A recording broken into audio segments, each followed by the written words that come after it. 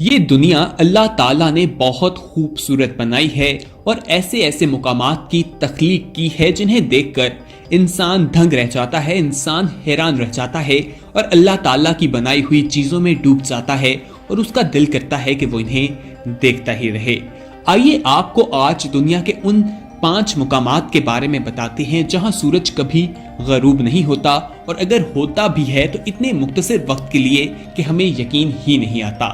ایک interesting video آج ہم آپ کے ساتھ شیئر کرنے جا رہے ہیں، آپ کو وہ 5 مقامات بتانے جا رہے ہیں جہاں سورج کبھی غروب نہیں ہوتا۔ یہ جاننے کے لیے یہ ویڈیو آپ کو آخر تک لازمی دیکھنی ہوگی، اور اگر آپ نے ہمارا چینل سبسکرائب نہیں کیا تو فوراً ہمارے سبسکرائبرز بن جائیں، ساتھ ہی بیل آئیکن پر کلک کریں تاکہ مزید آنے والی ویڈیوز جو ہم وقتاً فوقتاً آپ کے لیے اس چینل پر اپلوڈ کرتے ہیں وہ آپ کو وقت پر ملتی رہیں اور آپ ان سے مستفید ہوتے رہیں، آپ کے نالج میں اضافہ ہوتا رہے۔ دوستو، سب سے پہلے ناروے کی بات کرتے ہیں۔ یورپ کے شمار میں واقع یہ خوبصورت ملک ان چند ممالک میں سے ایک ہے جہاں آپ کو دنیا کی ہر سہولت بہت ہی آسانی سے مل جاتی ہے، اور ساتھ ہی ساتھ حکومت کی جانب سے شہریوں کو سوشل سیکیورٹی کی حفاظت ہے۔ لیکن اس کے ساتھ ہی قدرت نے ناروے کو یہ احساس بھی دیا ہے کہ یہاں سورج صرف چند گھنٹے کے لیے غائب ہوتا ہے۔ مئی سے جولائی تک کچھ علاقے شمالی ناروے کے ایسے بھی ہیں جہاں سورج رات کو بھی آب و تاب سے چمکتا رہتا ہے، اور یہی وجہ ہے کہ ناروے کو آدھی رات کے سورج کی سرزمین بھی کہا جاتا ہے۔ یعنی کہ ناروے کے شمالی علاقہ جات میں کچھ ایسے علاقے ہیں جہاں چاند نہیں نکلتا، سورج کی روشنی ہر وقت موجود رہتی ہے۔ اسی وجہ سے ناروے کی اس زمین کو آدھی رات کے سورج کی سرزمین بھی کہا جاتا ہے۔ اس ویڈیو میں آپ کو یہ بھی معلوم ہو گیا کہ آدھی رات کی سورج کی سرزمین کسے کہا جاتا ہے۔ اب بات کرتے ہیں آئس لینڈ کی۔ شمالی بحر کے واقع میں یہ بہت بڑا جزیرہ ہے جہاں آپ کو خوبصورت اور دلفریب مناظر دیکھنے کو ملتے ہیں۔ یہاں پر بہت ہی خوبصورت آبشاریں موجود ہیں، وہاں پر جنگلات بھی دیکھنے کو ملتے ہیں۔ یہاں بھی سورج کم ہی غروب ہوتا ہے، ہر وقت سورج نکلا رہتا ہے، چاند بہت ہی کم عرصے کے لیے آتا ہے اور چاندنی کی روشنی بھی بہت کم دیکھنے کو ملتی ہے۔ اب کینیڈا کی بات کریں تو کینیڈا کے شمال میں کئی علاقے ایسے ہیں جہاں دن کی لمبائی 22 گھنٹے تک بھی ہوتی ہے۔ اس وقت سے مقامی لوگ لطف اندوز ہونے کے لیے مختلف سرگرمیاں کرتے رہتے ہیں، جن میں گولف کھیلنا، پہاڑوں پر چڑھنا اور مچھلیاں پکڑنا شامل ہے۔ یہاں پر صرف 2 گھنٹے ایسے ہوتے ہیں جب سورج یہاں پر موجود نہیں ہوتا، یہاں پر 2 گھنٹوں کے لیے سورج غروب ہوتا ہے، اس کے علاوہ 22 گھنٹے تک یہاں پر سورج نکلا رہتا ہے، روشنی رہتی ہے۔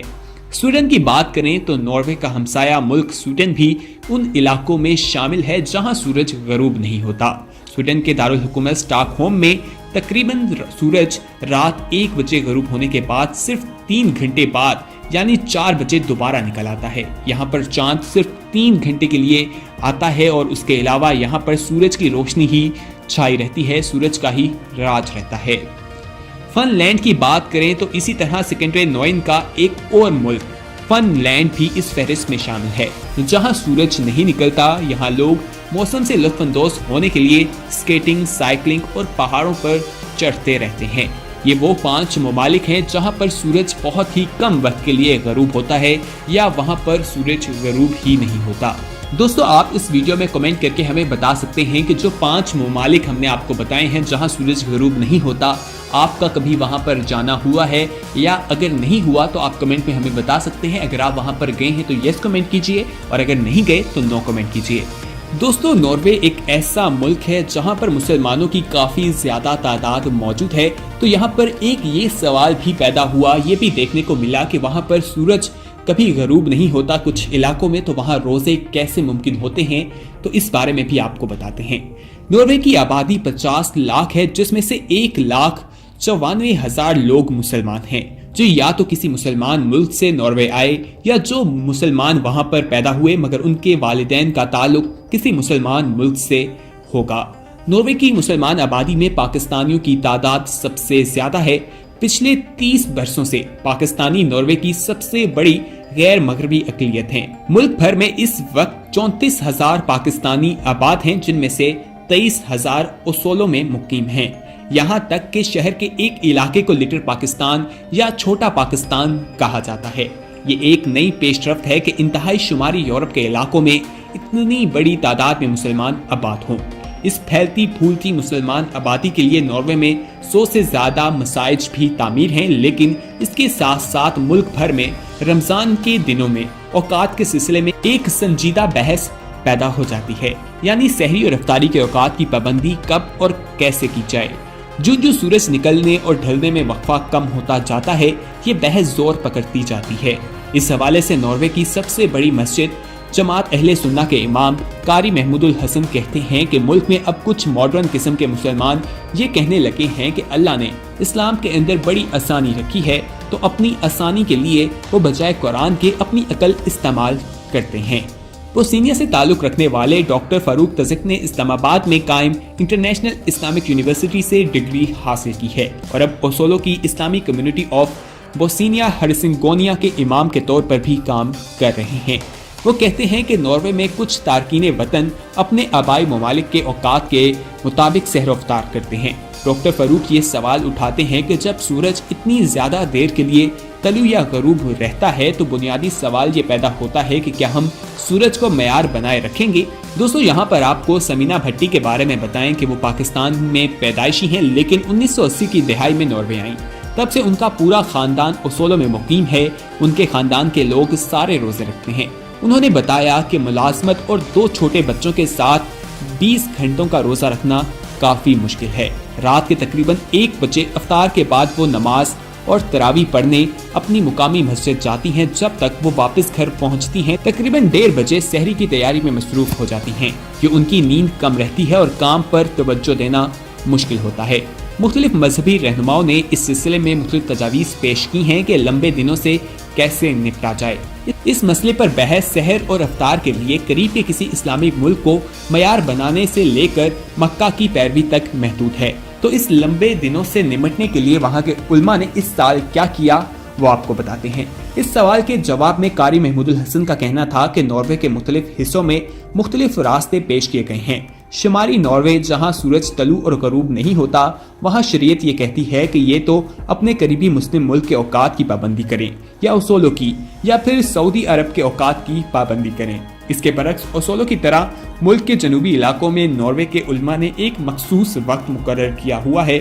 ओसोलो में मौसम गर्मा के दिन इंतहाई तवील होते हैं और एक रोजा 20 घंटों तक का हो जाता है, लेकिन कारी महमूद के मुताबिक चूंकि यहाँ सूरज बाकायदा तलू और गरूब होता है, इसलिए यहाँ के मुसलमान मुकामी वक्त की ही पाबंदी करेंगे।